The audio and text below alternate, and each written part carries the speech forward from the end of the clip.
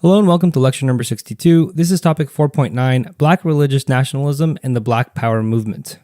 There's two learning objectives, and the first one is describe the origins and beliefs of the Nation of Islam. The Nation of Islam was a religious organization founded in Detroit in 1930 by Wallace Fard. Fard's teaching combined Islam with themes of black empowerment and self-resilience, which resonated with African Americans in urban areas during a time of significant racial oppression. However, Fard mysteriously disappeared in 1934 after he and Elijah Muhammad faced legal troubles in Detroit. The issue stemmed from the establishment of Islam universities, which taught school-age children the organization's theology. The truancy of children from public schools triggered legal action against the NOI for operating without proper permits. The most famous leader of the organization was Elijah Muhammad, who took over in 1934.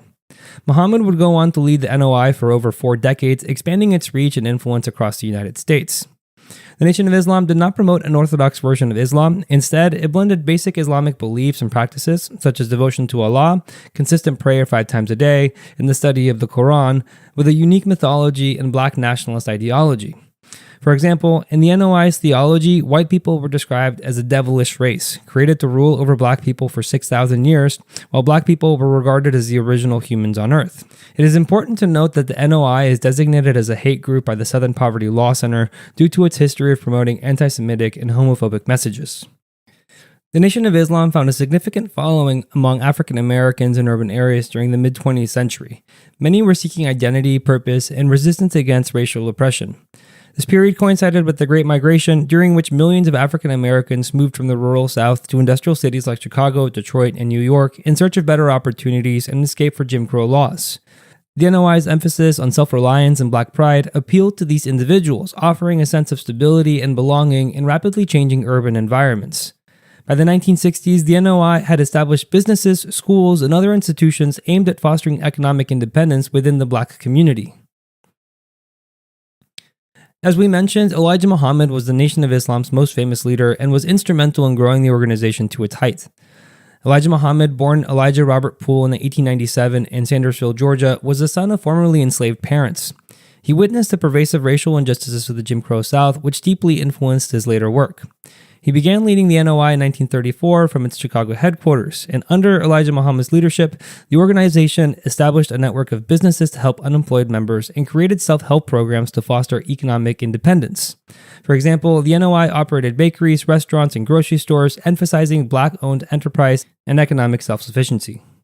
The organization also promoted racial pride, focusing on uplifting African Americans through its teaching and practices. Elijah Muhammad expanded the NOI by establishing mosques across northeastern cities. Many of these mosques were started by ministers like Malcolm X, who would later become one of the NOI's most well-known figures. Muhammad encouraged followers to abandon their surnames, often inherited from white enslavers, and replace them with Muslim names or use X as a placeholder until a new name was chosen. This practice symbolized the rejection of their slave heritage and reclaiming of their identity. To understand the significance of this, it's important to note that after the Civil War, many freed enslaved individuals adopted the surnames of their enslavers or plantations. This was done as a way to trace their lineage and maintain a connection to their history. However, Elijah Muhammad urged NOI members to break from this tradition as part of embracing their new spiritual and cultural identity. One of the most famous converts to the Nation of Islam was Muhammad Ali, the world-renowned boxer. Born as Cassius Clay Jr. in Louisville, Kentucky, Ali won a gold medal at the 1960 Olympics and became a heavyweight boxing champion. After joining the NOI in the early 1960s, he changed his name to Muhammad Ali, reflecting his commitment to the movement and its ideals. Ali's bold rejection of his slave name and adoption of a Muslim identity became a powerful symbol of resistance and empowerment during the civil rights movement. The second learning objective is to explain how black freedom movement strategies transitioned from civil rights to black power. The Black Power movement of the 1960s was preceded by earlier forms of black nationalism that emerged in the 19th and early 20th centuries. For example, Martin R. Delaney, often considered one of the first proponents of black nationalism and black separatism, became disenchanted with the progress of Reconstruction in the post-Civil War era and began advocating for African Americans to establish a separate nation. Delaney's efforts to promote emigration to Africa and his emphasis on black self-reliance laid the groundwork for later movements. In the early 20th century, Marcus Garvey further advanced the ideology of black nationalism through the establishment of the Black Star Lines and the Universal Negro Improvement Association. His goal was to create a racially separate nation in Africa, fostering economic and political independence for African-descended people worldwide. Garvey's Back to Africa movement, though controversial, became one of the largest black-led movements of the time and heavily influenced later leaders in the black freedom struggle. The Black Power movement in the 1960s was a reimagination of these earlier ideas. It was first prominently vocalized by Stokely Carmichael in 1966 during the Meredith March Against Fear, following his release from jail. At this time, despite the passage of landmark civil rights and voting rights legislation in 1964 and 1965 respectively, Southern states continued to resist implementing these protections. Carmichael's speech reflected the growing impatience among many in the Black freedom movement who were disillusioned with the strategies of nonviolence, racial integration, and equal rights that had dominated the civil rights movement. This frustration was also a response to the ongoing racial violence, disenfranchisement, and economic inequality that earlier legislation had not immediately resolved. Eventually, organizations like the Student Nonviolent Coordinating Committee, or SNCC, and the Congress of Racial Equality, or CORE, shifted their philosophies to adopt Black Power ideologies, even going so far as to expel their white members. This marked a significant break from the interracial coalitions that had characterized the early civil rights movement. The Black Power movement promoted self-determination, Black consciousness, and cultural pride. It emphasized the importance of African Americans reclaiming their heritage and taking pride in their identity. This period also saw the rise of Afrocentric fashion, hairstyles like the Afro, and the popularization of phrases like Black is beautiful, all of which reinforced a sense of cultural pride and resistance to assimilation. Additionally, the movement defended the use of violence as a viable strategy, but with significant nuance. While some Black Power adherents advocated for revolutionary violence to secure human rights for African Americans, others emphasized violence strictly as a form of self-defense. This debate reflected broader ideological differences within the movement, highlighting that Black Power was not monolithic. Followers of the movement often agreed on some principles, such as the need for racial pride and economic independence, but diverged on others, particularly the role of violence. Malcolm X was a precursor to the Black Power movement of the 1960s. Although he was assassinated in 1965, a year before Stokely Carmichael popularized the term Black Power, Malcolm X had become one of the most dynamic and controversial figures of the civil rights era as an activist for the Nation of Islam. His earlier life, marked by poverty and the traumatic loss of his father, an outspoken supporter of Marcus Garvey, profoundly shaped his worldview. While in prison in the late 1940s and early 1950s, Malcolm X converted to Islam and became deeply involved with the NOI. After his release, he met Elijah Muhammad, who tasked him with founding mosques in Boston and Philadelphia. Eventually, Malcolm X rose to prominence as the minister of Mosque No. 7 in Harlem, where he became a leading voice championing principles of Black autonomy. Malcolm X's rhetoric was unapologetically assertive and often gendered. He frequently called on Black men to stand up for their rights and to protect their women and children as a mark of true masculinity. He also encouraged African Americans to build their own social, economic, and political institutions, echoing the teachings of Marcus Garvey. The similarities between their messages was no accident, as Malcolm's father, Earl Little, had been an active follower of the Garvey movement in the 1920s. Malcolm X openly criticized the nonviolent approach of leaders like Martin Luther King Jr.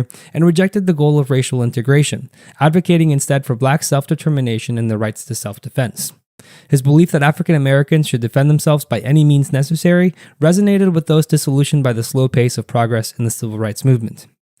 In 1959, Malcolm X gained national attention when he was featured in the television documentary The Hate That Hate Produced. The documentary portrayed the Nation of Islam and Malcolm X as militant and radical, framing him as the ideological opposite of Martin Luther King Jr. While this exposure brought him widespread notoriety, it also cast him in a polarizing light. Malcolm X's growing popularity and controversial comments, including those about the assassination of President John F. Kennedy, began to strain his relationship with Elijah Muhammad. These tensions eventually led to Malcolm X's split from the Nation of Islam in 1964. Malcolm X's ideology of self-defense emphasized dignity, solidarity, and the importance of African Americans defending themselves when the government failed to protect their lives and property. His famous speech, The Ballot or the Bullets, delivered in 1964, reflected this ideology. While the speech's title might suggest a call to arms, Malcolm X does not propose specific violent actions. Instead, he uses the phrase the ballot or the bullet as a metaphor to underscore the urgency of the civil rights struggle and the limited options available to African Americans if systemic oppression persisted.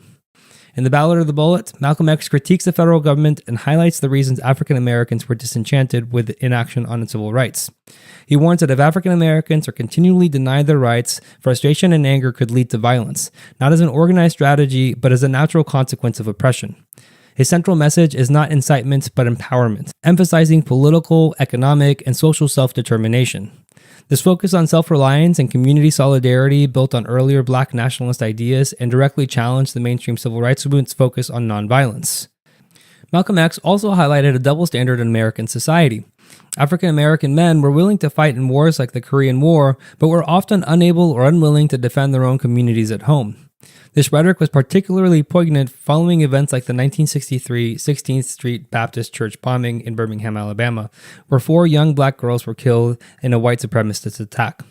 The bombing deeply influenced Malcolm X's call for self-defense and exposed the brutality of racial violence in the United States.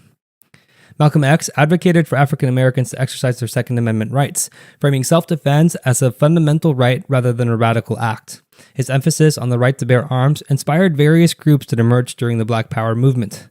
For instance, the Deacons for Defense and Justice, a group founded in Louisiana in 1964, organized paramilitary defense units to protect civil rights activists from white supremacist violence. The Deacons worked alongside larger organizations like Congress of Racial Equality or CORE to safeguard activists in the Deep South. The Revolutionary Action Movement, or RAM, another group inspired by Malcolm X, sought to promote Black self-defense and global racial solidarity. RAM's ideology was heavily influenced by Malcolm X's emphasis on internationalism and the connections between African Americans and oppressed peoples worldwide. And finally, the Black Panther Party for Self-Defense, founded in 1966 by Huey Newton and Bobby Seale, directly embraced Malcolm X's advocacy for self-defense. In 1967, the Panther staged a protest at the California State Capitol in opposition to gun control legislation, a demonstration that symbolized their commitment to protecting Black communities through armed self-defense. We'll talk more about the Black Panthers in topic 4.11. Toward the end of his life, Malcolm X's ideology began to evolve significantly, particularly after his departure from the Nation of Islam in 1964. This shift was precipitated by a series of events, including his suspension from the NOI at the end of 1963. The suspension followed a controversial comment Malcolm X made about President John F. Kennedy's assassination. When asked by a reporter how he felt about the event, Malcolm remarked that it was a case of the chickens coming home to roost, implying that the United States' history of violence had culminated in this tragedy. This comment was seen as insensitive and prompted Elijah Muhammad to bar Malcolm X from speaking engagements. During his suspension, Malcolm X traveled to Africa and the Middle East. His pilgrimage to Mecca, known as the Hajj, profoundly transformed his worldview. Witnessing Muslims of all racial and ethnic backgrounds united in faith reshaped his perspective on race and humanity. He abandoned the Nation of Islam's teaching that depicted white people as white devils and instead embraced a more inclusive and orthodox version of Islam. In Mecca, Malcolm X adopted the name El-Hajj Malik El-Shabazz, reflecting his renewed commitment to Islam and global solidarity. Malcolm X's experience abroad also deepened his commitment to Black nationalism and Pan-Africanism. He founded the Organization of Afro-American Unity, or the OAAU, in 1964, modeling it after the Organization of African Unity, or the OAU, a coalition of newly independent African nations. The OAU was established in 1963, and it sought to promote African solidarity and decolonization of the continent. Malcolm X envisioned the OAAU as a means of connecting the struggle of African Americans to those of Africans fighting for independence as human rights. Malcolm X began advocating for African Americans' rights to be recognized as human rights, framing their struggle as part of a larger global fight against oppression. He sought to internationalize the civil rights movement by encouraging African nations to petition the United Nations to address the systemic violations of African Americans' rights in the United States.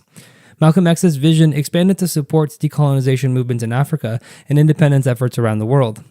At a 1964 OAU meeting in Cairo, Malcolm X emphasized the importance of global unity among people of African descent, highlighting the interconnectedness of their struggle. By the end of his life, Malcolm X's ideology was a blend of Black nationalism, Pan-Africanism, and Orthodox Islam. He continued to advocate for the economic, political, and cultural empowerment of African Americans, while also emphasizing the necessity of global solidarity among oppressed peoples. Tragically, Malcolm X's life was cut short when he was assassinated on February 21, 1965, at the Audubon Ballroom in New York City. Despite his untimely death, his evolving ideas inspired subsequent movements, including the Black Power movement and efforts to connect African American activism with global liberation struggles. And finally, here's the recap. The Nation of Islam grew in membership in the mid-20th century under the leadership of Elijah Muhammad by providing an attractive worldview for Black urban males. The Black Power movement was popularized by Stokely Carmichael in 1966, and it promoted self-determination, Black consciousness, armed self-defense, and revolution. Malcolm X grew national popularity as a Nation of Islam minister, promoting messages of black autonomy, and was critical of the nonviolent civil rights movement. Towards the end of his life, X's ideology evolved to be more open to racially inclusive methods in the fight for equality. Thank you for watching. If you would like to watch the next lecture, click the thumbnail on the screen. And if you would like more resources to help you study, you can visit apushslides.com/afam. I wish you the best of luck with your studies, and I hope to see you back on the next lecture.